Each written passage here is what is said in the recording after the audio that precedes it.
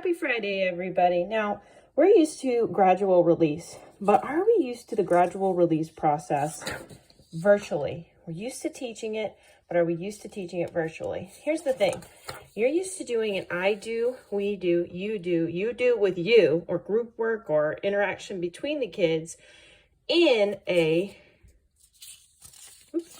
60-minute time period. Now that's great. You can usually get through this process in 60 minutes. Gosh, if we have an hour and a half even, then you can spend even longer in one of these steps. That's the usual planning mindset of most teachers, and that's just how we kind of write our lesson plans. Get through this process in 60 minutes. But what should we do now that we have 30 minutes in a class period? Well, that means we're going to have to think creatively about the gradual release process. One tip is something like an I do. It might need to last maybe 5 minutes.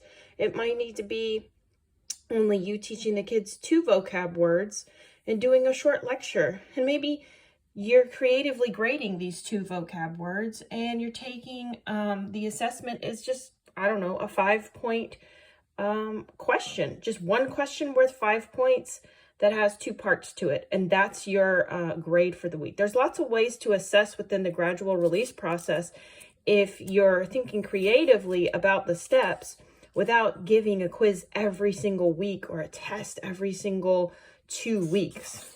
The other thing is maybe you need to think creatively about the actual process itself. Maybe your I do and your we do takes a Monday and you take a whole day just to do a you do. And maybe the you do together might take 2 whole days, but that makes for a happier school week. That makes for less stress on the kids' part and less stress on your part. So it's okay to shift around parts of the gradual release process and get creative with that, and not necessarily think so linear about assessment. Maybe you do a quick couple of questions here for an assessment. Maybe you get some feedback in the groups and you do a reflection, and those are your grades for the week.